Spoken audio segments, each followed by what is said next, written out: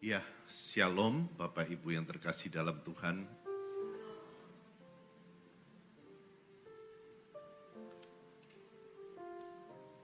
Saya Pendeta Ronald Daniel bersama dengan istri saya Feliani Tenggara.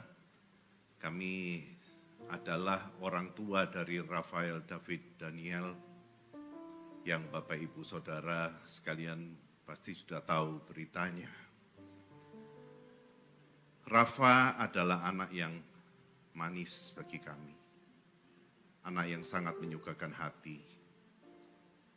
Rafa selalu berusaha menyenangkan semua orang. Baik kami maupun juga kakak-kakaknya. Dia anak yang keempat, anak yang terakhir bagi kami. Dan selalu menyenangkan. Tetapi kami sebagai orang tua tidak dapat melindungi dia 100%. Di luar rumah dia mengalami hal yang kemudian menyebabkan dia depresi. Di tahun 2020 di masa pandemi kami baru tahu bahwa dia menyimpan satu depresi yang berat. Dia dirawat oleh psikiater, Dr. Ivana Sayogo, yang sangat mengasihi kami dan mengasihi Rafa, dan menolak untuk menarik biaya sama sekali dalam perawatan itu. Rafa kemudian kelihatan makin pulih, tetapi memang belum sepenuhnya pulih. Dia yang asalnya ceria, yang asalnya gembira, suka banyak bicara, menjadi pendiam dan sensitif. Ketika dia kuliah dengan begitu banyak kegiatan dan prestasinya baik, kami tidak menduga sama sekali kejadian ini akan terjadi. Rafa tidak pamit dan tidak pesan apapun kepada kami berdua. Ketika hal itu terjadi, malam harinya kami masih mesbah keluarga bareng.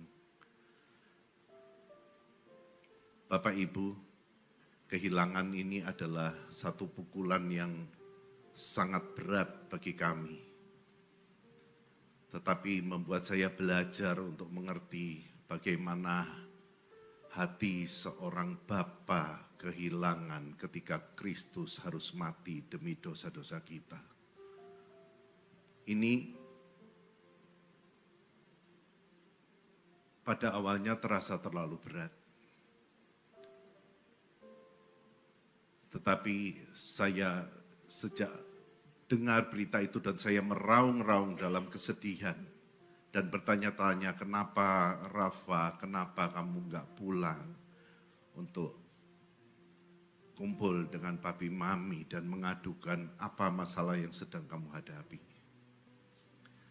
Tetapi Tuhan menguatkan saya bahwa saya satu pesan yang jelas, kamu harus tetap hidup demi istri dan ketiga anak yang lain, Jordan, Evander, dan Gabriela. Dan itu membuat saya berusaha untuk menerima semua ini dengan tetap memuji Tuhan. Karena Tuhan itu baik. Tuhan adalah Allah yang amat sangat baik. Apapun yang saya alami tidak sebanding dengan kebaikannya yang begitu besar bagi kami semua. Dan itu tidak pernah merubah bahwa dia adalah Allah yang maha baik. Itu sebabnya ketika saya mau lihat Rafa untuk terakhir kalinya, saya sempat dilarang dan dicegah oleh teman-teman yang tahu gangguan kesehatan yang sedang saya alami. Tetapi saya bilang enggak, saya harus lihat anak saya.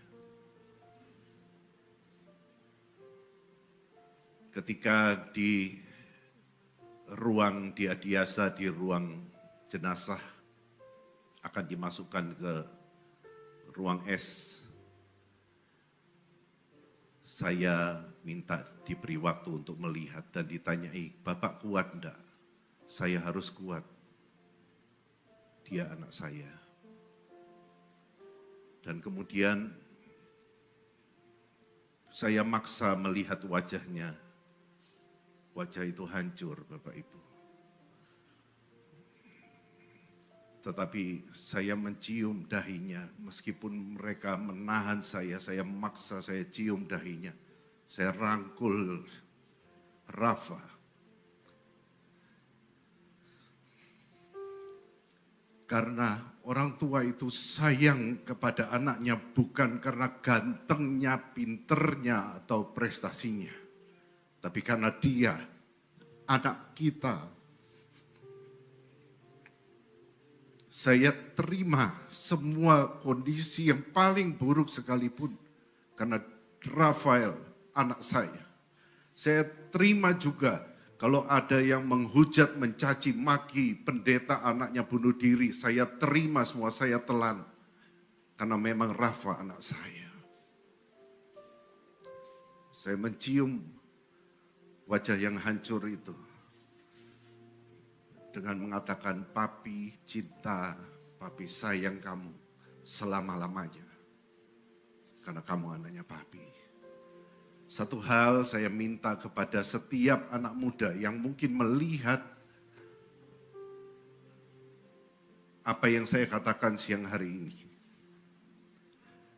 Please, apapun kondisimu, seberapa jelek prestasimu, Rafa berprestasi baik. Tapi kalau ada yang berprestasi kurang, mungkin merasa kurang bisa membahagiakan orang tua, please, pulanglah, karena orang tuamu lebih suka disusahkan daripada ditinggalkan.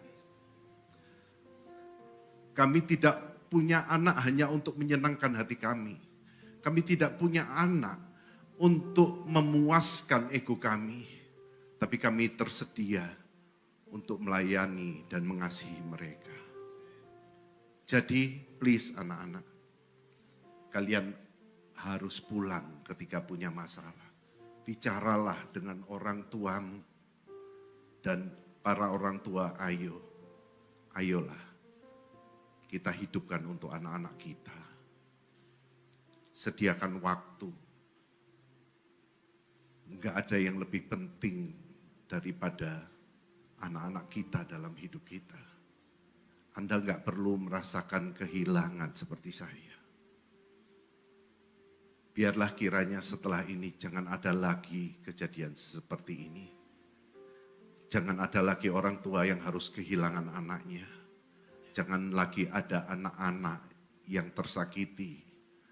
Dan jangan lagi ada anak-anak yang suka menyakiti temannya. Hanya karena iri hati, hanya karena kebencian, hanya karena punya masalah dengan orang lain. Dalam kesempatan ini, dengan tulus hati, perkenankan saya dan Feli mengucapkan terima kasih yang sebesar-besarnya